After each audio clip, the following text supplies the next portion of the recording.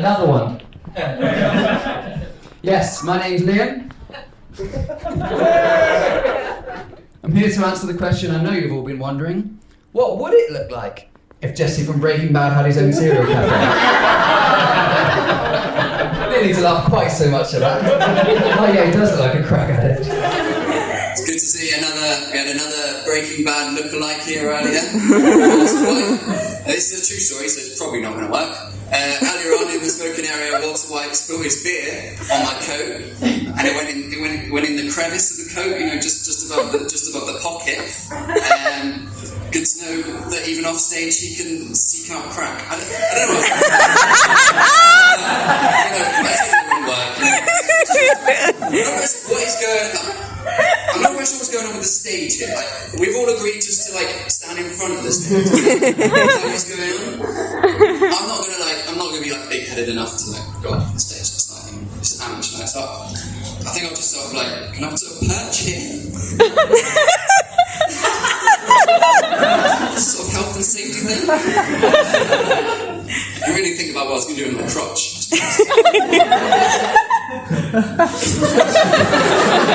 Is this good? Is this working? Thank you. Right. Yeah, how are we doing anyway? We happy? Yeah. How? This is Britain in January. I'm not sure how. It's colder than Robert's daddy out there. And some people are doing dry January. You should be miserable just out of solidarity. I think that's a nice thing to do. Yeah, I'm not happy, man. I'm confused. Modern world is confusing, isn't it? Every day you got to wake up. You got to remember what Prime Minister is it today. You got to remember who Keir Starmer is. And you have to remember that when a woman says mansplaining, and what she actually means is manspreading, not the best look to correct her. The other day, I was walking down the street. I saw a billboard for Prince Andrew the musical. That's a real thing. It's a real thing on telly, and I was looking at it. I was thinking, takes quite a while to write a musical, doesn't it? You got to write songs and get the production and everything. I was thinking there's a large chance that they started writing that before the interview. That's got to be a difficult phone call, isn't it? Hello? Yeah. Is that Channel 4? Yeah, it's Kieran Hodgson. Yeah, the Prince Andrew guy. Yes. Sorry, I missed your calls. I've actually just been travelling for about a year. Yeah, just catching up on things.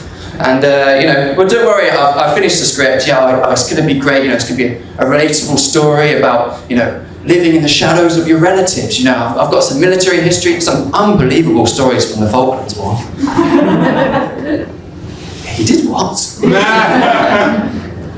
That doesn't even make sense. Well, they're not mutually exclusive. You can be a rapist and go to Pizza Express. Yeah. Obviously, I'm going to have to rethink the casting. We need someone who's good at playing those kind of morally ambiguous characters. What's Kevin Spacey doing these days? Oh, him too. Oh, yeah. I mean, it's a musical anyway. We probably want someone more light-hearted, someone that can sing, someone a bit older. Rolf Harris. Hello. I think it does kind of make sense though. It's a very familiar protagonist to have in a musical, right? It's similar to you've got Jean Valjean from Les Miserables, right? He impersonated the gentry, didn't he? Famously convicted for stealing a loaf of bread. A loaf of bread. That's famously convicted for stealing a loaf of bread. And obviously Prince Andrew, he's already gentry. And he was never convicted in bread. So, all sorts of acting, I don't know, is that offensive? I know we're in Clapham and everything, so, I don't really know where you stand with the royal family anymore, Ever since they got rid of the cute old lady and replaced some old wrinkly Richmond fingers, it's not quite the same, is it? I think it's been long enough now that we can safely say, fuck the monarchy, am I right?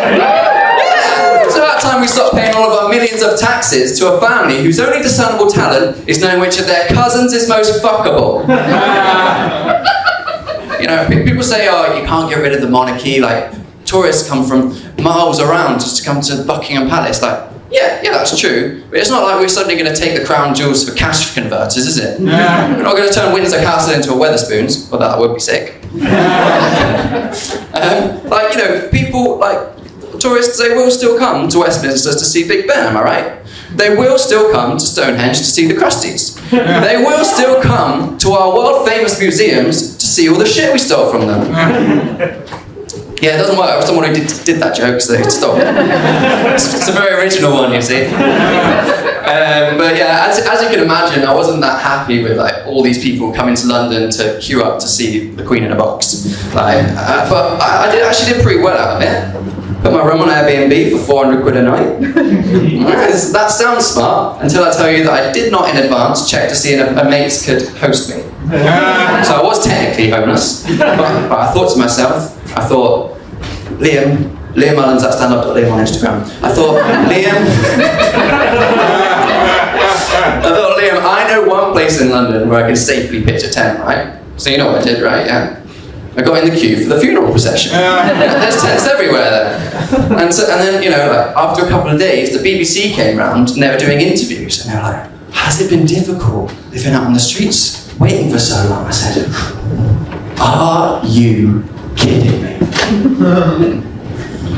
I'm living for free in Zone 1. I can do whatever the fuck I want, and I'm getting paid 400 quid a night for doing fuck all. I'm living like a king! Thank you, I've been Liam Mullens. We can only exist in the present. For this reason, any aspirations based on achievement will lead to dissatisfaction in the present, because achievements can only be appreciated once they've passed.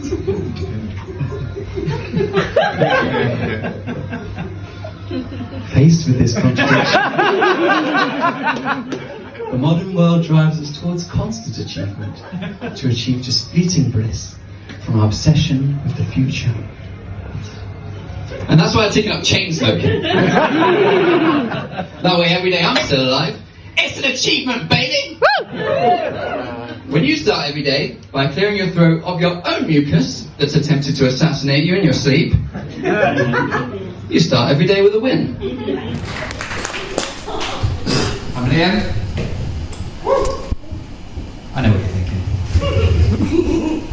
This guy. A bottle of kombucha away from telling us about his vintage cereal cafe. Maybe you're thinking he looks like he's about to start the Shoreditch branch of the English Defence League.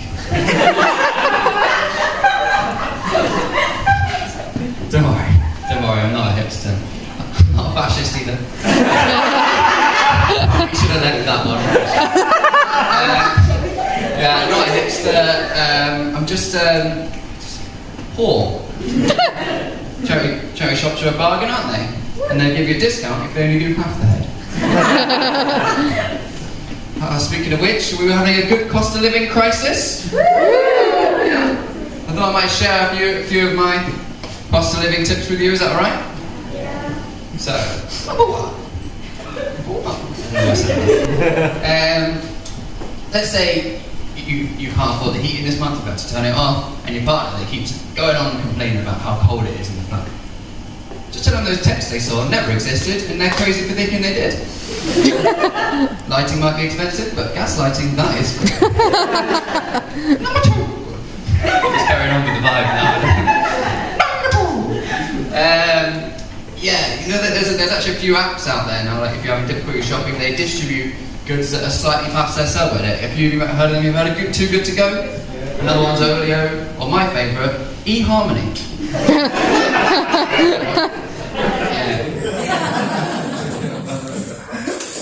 Yeah, I've been particularly confused recently because I've been searching for a place to rent while also searching for a partner on Tinder. Yeah, I tell you, those are not things you want to get mixed up. Ended up ghosting my estate agent and putting down a deposit for a date. I know, that sounds bad, I know, but she wouldn't accept my guarantor. Yeah, but it's quite an easy mistake to make. They're very similar things, isn't it? You know, grossly exaggerated pictures, generally low quality of stock, and that general feeling that if it was your place, you probably would have cleaned up a bit before you let guests enter. There's a sort of ripple of pause. Yeah, and of course, we know all the good ones have been snapped up before they hit the market, haven't they? So you go for quantity over quality, and by the end of the working week, you've had more viewings than the EasyJet's complaints webpage. And you worry about that thing, don't you? You know, where you reject an offer, and then someone you know gets accepted on the same place. You know, maybe a couple months later, you're walking down the street, you can see he's given the place a makeover now, and you know, considering his budget, he's really punching above his weight. In fact, they're planning an extension now, and sure, you're really happy for them, but you can't help but think that if you put an offer on the place, you'd have been happy with it the way it was. You would be trying so hard to change her, Jared!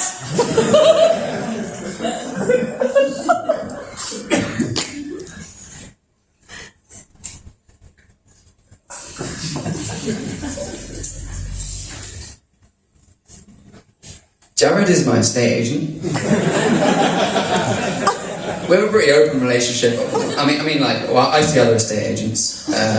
He claims he has a lot of interest from other clients. You know, he says he's cool with the whole thing, but whenever we meet up, he says weird things like, "Seen many other properties lately?" God, mind your own business, Jared. You're suffocating me. The sex is great, though.